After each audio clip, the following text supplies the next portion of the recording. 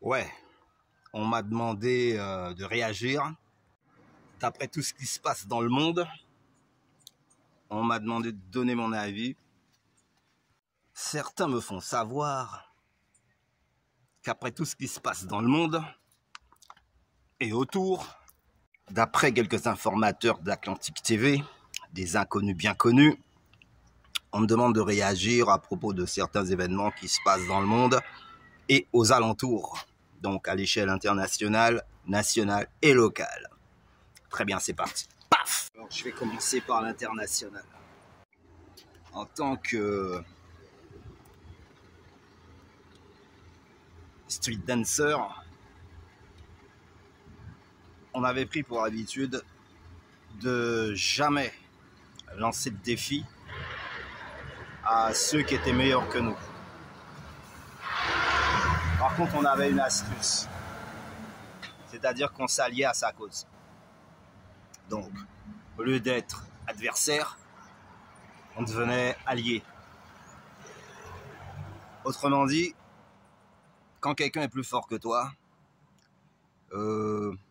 t'aventures pas dans la bataille, entre pas dans la guerre sans bâton. C'est la meilleure façon de se faire aplatir.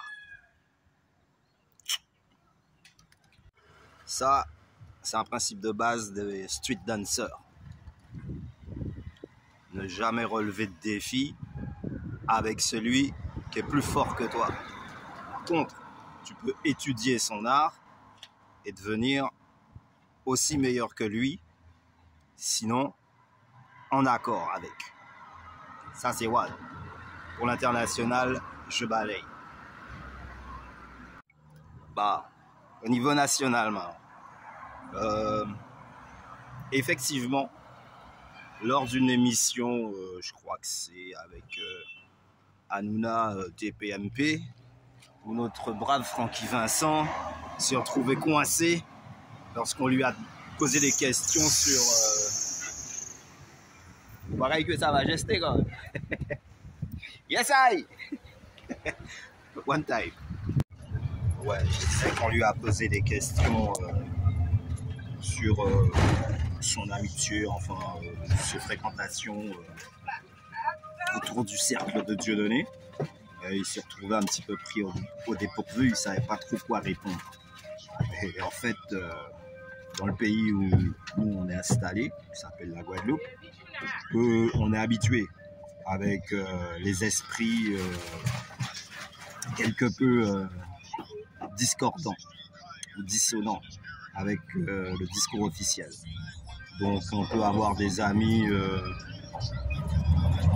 de différents horizons politiques, de différentes tendances, sans pour cela adhérer à ce qu'ils disent, adhérer à leur cause, et pourtant les considérer, avoir une grande considération, un grand respect envers eux autres, même si nos opinions divergent. Ça ne nous empêche pas de partager un bon cocktail ensemble ou un après-midi récréatif ou une soirée autour d'un feu de camp, etc. Les opinions des uns et des autres n'influencent pas forcément notre amitié. C'est pas parce que tu es d'un horizon politique différent de nous autres qu'on va te classer et que tu seras relégué, pas invité à la table. Pas du tout. Ensuite, on peut très bien soutenir quelqu'un pendant un temps. Si la personne reste sur la même ligne de conduite que nous autres, ne s'en allant pas vers des positions extrêmes, on n'a aucune raison de couper les ponts avec les ciseaux. Maintenant, on peut être super d'accord avec quelqu'un jusqu'à un certain point et passer une certaine limite, ne plus être d'accord. Généralement, à partir du moment que la personne en question t'a pas fait de crasse à titre personnel, je veux dire, l'amitié reste la même. La considération.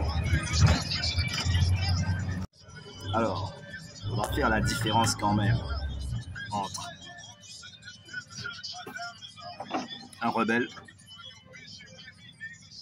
un militant, un révolutionnaire, un dissident, un nationaliste et un indépendantiste. Ça se ressemble, mais il y a une différence. Donc, vu que chez nous, dans le peuple, il y a à peu près tous ces cas de figure. Alors, il y en a qui sont boulangers, charpentiers, maçons, mécaniciens, etc. Différents corps de métier dans le social, dans le privé, dans le secteur public. Donc, certains font partie de notre famille, certains font partie de notre voisinage, d'autres font partie de nos amis, de nos connaissances, camarades, collègues de boulot.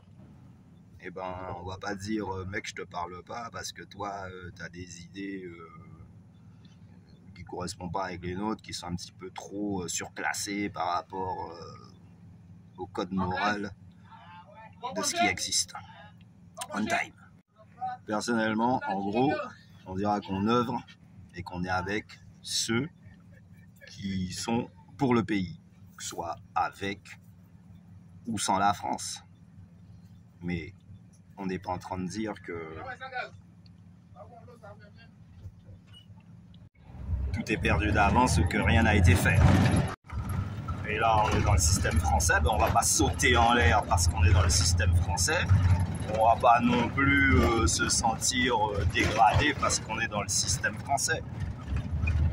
Donc, on est entré dans le système français de force.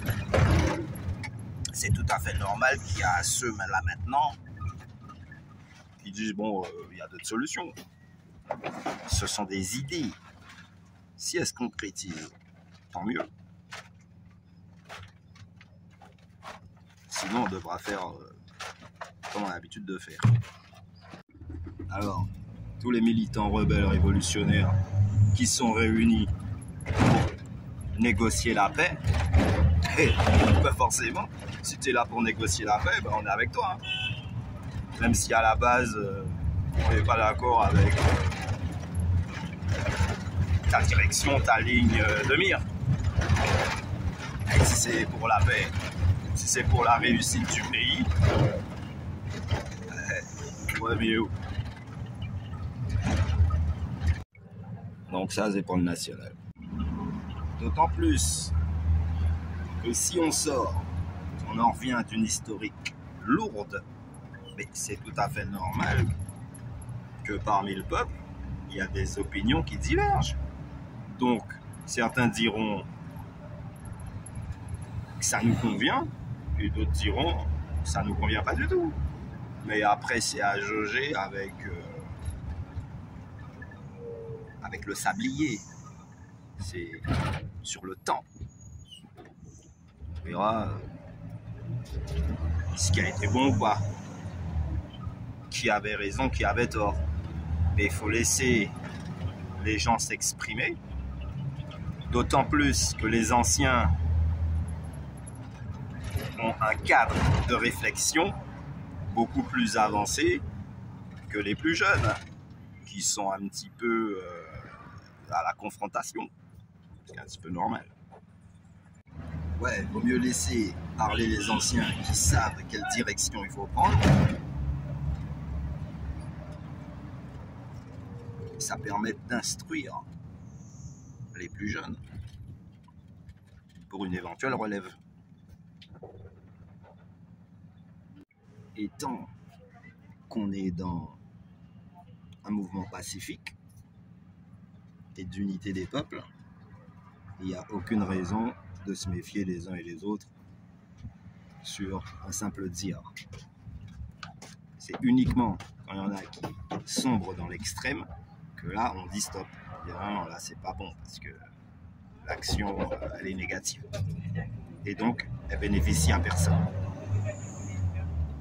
C'est pour ça qu'il faut rester pacifique. Un peu comme Martin Luther King et les autres. Il y en a qu'il ne vaut mieux pas nommer, parce que sinon ça va porter à confusion. on risque de me dire ouais, t'as nommé lui, Malcolm X par exemple, et puis bon, voilà, il était un petit peu sur les deux plateaux de la balance. Et sur la fin, il a quand même précisé que ça ne veut pas dire qu'on adhère à 100% à tout ce que Malcolm X a fait ou tout ce que Malcolm X a dit. On a fait le tri. Par exemple, à Gandhi, Nadia Gandhi, on sait qu'il avait un petit problème avec les blacks. Et donc on reconnaît quand même qu'il a pu libérer son pays et faire avancer la cause.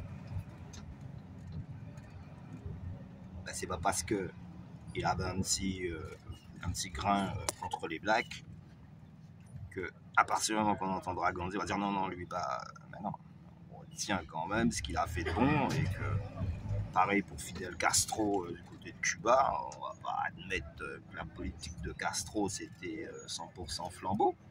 Mais comme c'est quelqu'un qui a résisté contre l'impérialisme, donc forcément, Che Guevara, tous ceux qui ont lutté, qui ont résisté contre l'impérialisme, ben forcément on a tendance à regarder un petit peu leur parcours, sans pour cela être d'accord à 100%.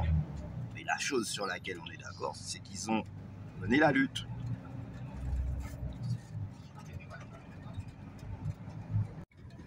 Parce que nous, d'ici, dans le local, on regarde avec effroi la montée de certains nationalistes aux antennes sur les TV officielles. Apparemment, il y en a qui disent ce qu'ils veulent. C'est à un moment... je crois que la Corse avait des petits problèmes avec des revendications assez hard. C'est pas sûr que ce soit calmé. Bon.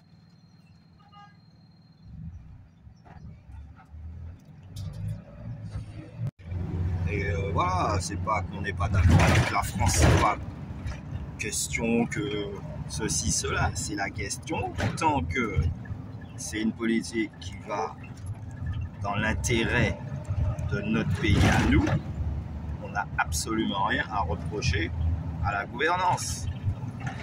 C'est lorsque ça va pas dans notre intérêt que là, ben, voilà, ça chauffe. Ça va? Pour bien comprendre le cas de la Guadeloupe, il faut toujours remonter à l'historique. On va dire, ah, qu'est-ce qu'il en prend? Ce qu'il en prend, c'est que voilà, on a une page d'histoire, qu'on n'est pas prêt de... C'est ça. Mais il me semble évident qu'on ne peut pas accepter ce qui ne nous convient pas. Et dans les années 90, il n'y a pas beaucoup de Guadeloupéens qui ont voté l'Europe de Maastricht. Donc si aujourd'hui tu entends encore des gens dire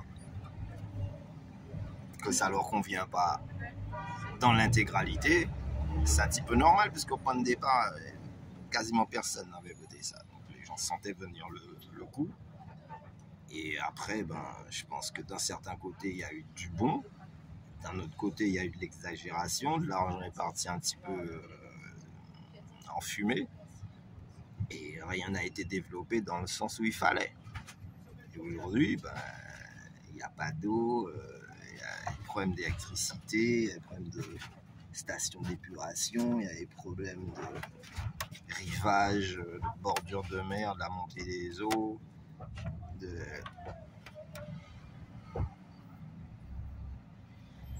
Le constat a déjà été fait, donc je ne vais pas revenir dessus.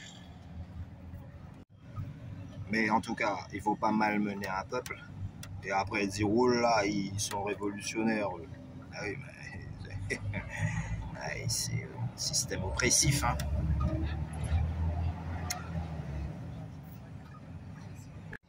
Ah ben, donc, devant tout ça, il y en a qui bombent le torse et qui rappliquent.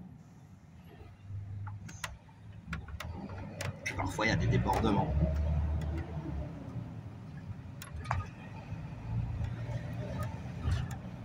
personnellement, je suis pas au courant de tout ce qui se trame en coulisses. J'ai des bruits qui me remontent parce que on a des informateurs un petit peu partout. Tout le monde est très intéressé par ce média-ci, Atlantic TV #1. Mais on ne peut pas tout panacher. Et après, on me dit, ouais, t'as vu, Kémy Séba, on veut lui enlever la nationalité française. Qu'est-ce qu'il a fait? Il n'a rien fait. Donc, le gars, il défend sa patrie. Il défend les peuples d'Afrique. C'est normal, puisque il est panafricaniste. Non, mais... ouais, celle-là, j'attendais qu'on me la fasse. Aïe, aïe, aïe. Bon, et tant qu'il y en a qui défendent leur pain quotidien, puis il y en a d'autres qui vont plus loin, défendent leur famille, d'autres, c'est leur quartier, d'autres, c'est leur région. Salut l'Alsace et la Lorraine par la même occasion, on prendra qui voudra. Et puis d'autres défendent leur pays, et d'autres défendent la cause des blacks. Plus loin, la cause des démunis, de la veuve et de l'orphelin. Ça, c'est le travail de TV Atlantique. Et puis d'autres conseils, les présidents, les diplomates, les ambassadeurs, de façon à tirer les bonnes ficelles pour pas nous ficher à l'envers le système et que ça finisse par une guerre thermonucléaire globale. Ouais. Et par ce même principe, si les gouvernants ils savent pas où ils veulent aller, ils ne savent pas où ils vont. Pourtant, on sait que beaucoup d'entre eux ont eu des plans de carrière tout tracés. Et au bout du compte, ils nous entraînent vers la guerre, la misère et la famine, la tristesse et la désolation. Alors que quand ils ont pris les rênes de la gouvernance, ils ont trouvé quand même un climat assez tranquille, une économie assez solide. Ils font leur mandat, ils s'en vont, ils sont automatiquement propulsés vers le haut et ils nous laissent encore là en plus de misère, plus de galère. C'est de pire en pire. Mais comme c'est volontaire,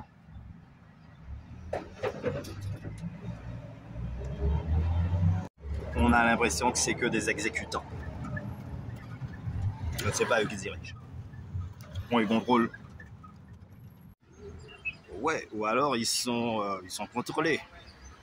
Maintenant, par qui, par quoi, comment, c'est leur affaire. Nous, on a déjà assez comme ça sur la pétoche. On a assez sur les épaules. Donc assez de poids. On ne peut pas s'occuper à la place de personnes qui ont été mandatées pour réaliser une tâche pendant un certain temps, d'un point à un autre. Après, bon, les dérives du pouvoir, ça a toujours existé. Hein. Ah oui. Alors, il faut toujours faire la différence entre un rebelle, un militant, un révolutionnaire, un dissident, un nationaliste et un indépendantiste. On doit aller encore plus loin, hein. Dire souverainiste, royaliste, ainsi de suite. Hein. Ouais. Voilà. Voilà. Avant de stigmatiser un peuple, il faut toujours regarder son historique.